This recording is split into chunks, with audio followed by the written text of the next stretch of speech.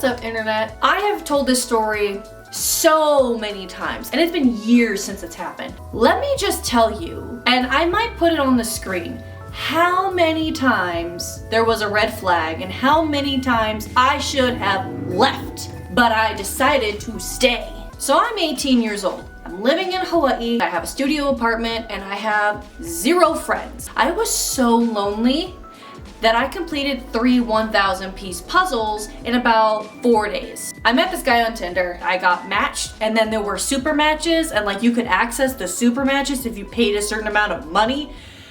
So I did. Oh God. Anybody else have like allergies terrible during January through December? Cause I do. Zevia, sponsor me. I have no relevancy to the internet, but sponsor me anyway. Okay, so I super matched with this guy. He's 22 years old. He's really cute. I'm not gonna put his photo up or anything. We're texting for maybe about a day on the app. On the second day, he asks me if we can move over to text. He texts me flirty and he asks me to a movie. I was a little hesitant because it's only been day 3, but I said yes because, you know, lonely. I have had this thing. I need public places when I'm meeting brand new stranger people. I don't want to go to your house. I don't want you to come to my house. I don't want to go anywhere that's near my house so you know where I live. God forbid you're a psychopath. We meet up at Baby Beach. I get this text. I'm sorry, I'm running a little bit late, a little bit tired, kind of wondering if you and I can cuddle and take a nap. I'm sorry. We haven't even met yet. We've been talking for 2 days and you want to take a nap with me before we like officially, what? Now this was a red flag, but not enough of one to make me leave. Like I don't think that would be enough of one to like have me bolt and ditch the date. Would have been the perfect opportunity though because he wasn't there. I could have just ditched. So I text him and I say, no, I haven't even met you yet. I think we need to meet and get to know each other, feel, you know, like get the feel of each other's vibe. Now it's been about maybe 5-6 minutes since he's, you know, we've texted and he's finally arrived. And he's walking over to me and he goes in for a hug. That's a little uncomfortable for me, but more of the way he hugged me. I'm gonna demonstrate how he hugged me on my giant peep here. I'm the peep. Here are my breasticles, you know, my boobies, and I'm the creep.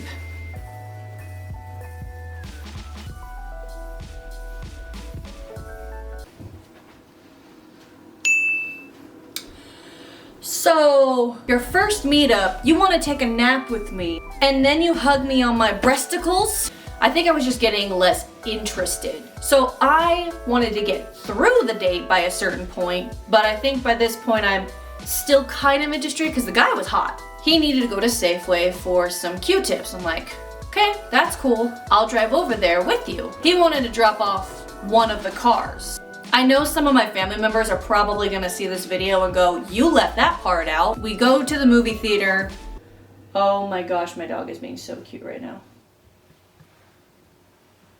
You ever look at your dog and go, damn, you're cute? Hop into his car and there's a few things off. For one thing, there is crap everywhere. And you can ask anybody, my car is always the worst car, okay? I'll be the first to admit that. When I first got my first car, which in fact was in Hawaii, it was the car that I dropped off. Like my car's a mess, but you can obviously tell I just treat my car like a trash can. This was the type where I'm like, is he living in here? So we're driving over to Safeway and he starts to tell me about his life. Again, no internet relevancy. Nobody knows who I am, but Zevia, sponsor me. So he's telling me about his life. He starts off with the fact that he had a psycho girlfriend whose dad did not like him, but wanted him to take care of her. She was very erratic. She had bipolar disorder. Like he's just telling me all these stories about how like she betrayed him and he betrayed her, and it was just a lot to deal with. And I don't really like hearing about exes on a first date. That's just a turnoff completely. And then he proceeds to tell me what he does for a living. He sells weed and drugs for a living. I'm no snob, okay? I'm cool with y'all working in fast food, you know? I think as long as you're making an honest living, go for it, my dude. My first job was Foster's Freeze, you know, in California. Like, let's go. Weed? All right. drugs, like cocaine. Okay, we gotta talk. By this point, I really should have just said, you know what? I'm a bull. Like, I'm just done. We're gonna call it quits right now. But here's the thing. I also had to think about my safety. I had to get out of the car and know he was not going to follow me home and kill me. Because now I know this guy's kind of crazy.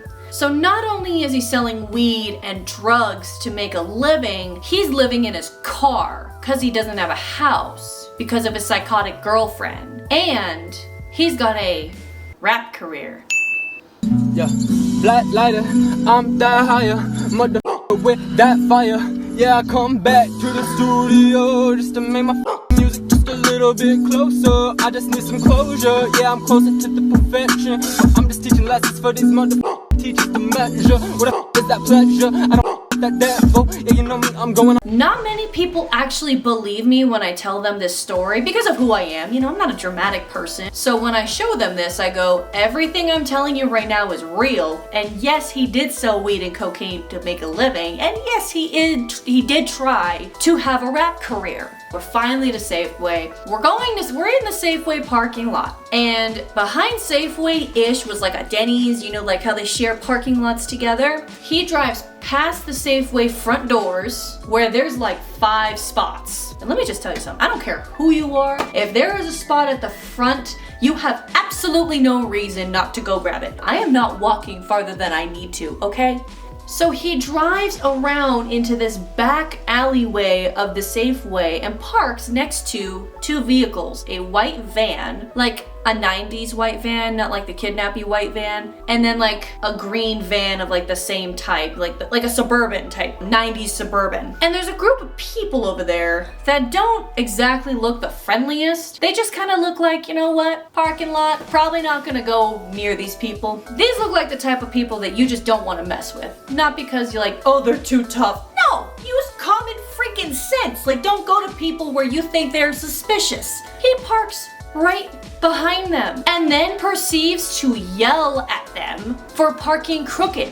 My guy, you had the whole freaking parking lot to use. You could have parked right in front of the door. And of course you had to park in front of the ghetto people over here just talking, minding their own business. Like, they ain't doing anything to anybody else. Why did you have to, A, probably ruin their evening, and also, you're on a first date still. You have an impression to make. He gets out of the car, starts yelling at them, and then gets into their face. And there's like 2 pretty like macho guys coming over, and one of them is carrying, and I'm like, I am out of here, okay? Pause for a second. I am not against guns, okay? Very pro Second Amendment. But when somebody is threatening somebody else, that is when the Second Amendment is used. I don't need to be a part of that.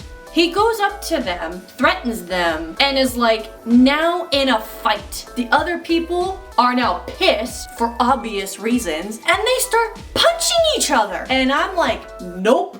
I left. I went over to the Denny's and I started calling a few friends like, yo, get me out of here. That did not apparently, that did not work. Nobody answered. It was not my day. Here is what I would have done as a knowledgeable adult. I would have just stayed there, gone over to the host, told them my situation, and then Ubered back to my car. That's what I should have done. But he actually came back for me. And like a moron, I said okay. He came into the Denny's and started convincing me how the people minding their business in the parking lot, were assholes, and how, by the way, he got hit pretty good, so he's all banged up now, and how he was in the right. And I'm like, you actually still think this date is gonna continue? I can't even express to you what actually was going through my mind to continue this damn date with him, but I did. He convinced me to continue the date with him. But mind you this, I am now trying to get to my car. So I'm thinking we're gonna go to the movies where there's my car. So I will find a way to get in my car and leave. So we walk over to Safeway and he's wanting to get Q-tips. And you know how like some shelves, they're just flat, all right? There's no separators, they're just flat. So sometimes you'll have like something Walmart brand and then like the name brand, and then let's say like some kid just like walks by and like scoots it off, so then now the Walmart brand is over here and the name brand is on the cheap, like it looks like it's the cheap price. So he grabs name brand cheap price stuff. takes it to the self-checkout, and it's about 70 cents more than what he was able to spend. And I guess if you're selling weed and cocaine out of your car trying to get your rap career going, then every penny counts, right? He starts hassling the customer service gal. I don't know why, but that was the actual straw that broke the camel's back. After giving this customer service gal such a hard time, she finally just caves in and gives him the price, probably because she deals with enough crazy people as is. When you're in customer service, you deal with every type of crazy. And he gets his Q-tips.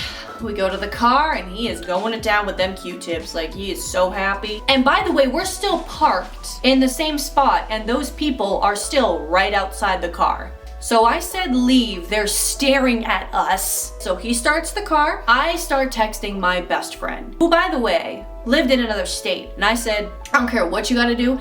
You gotta call me right now. Tell me that you're pregnant. I need to have an emergency call. So I have my best friend call me. I still give her crap to this day. That is the worst emergency call I have ever gotten. And let me tell you, if I am your friend and you need me to do an emergency call, I will perform for you. I got your back, man. You want me to tell you I got a broken leg, I'm dying, I'm pregnant, like I will tell you anything to get you out of a date. I will come over to you and fake it. Now, she calls me and she's like, hey dude, like, I'm pregnant.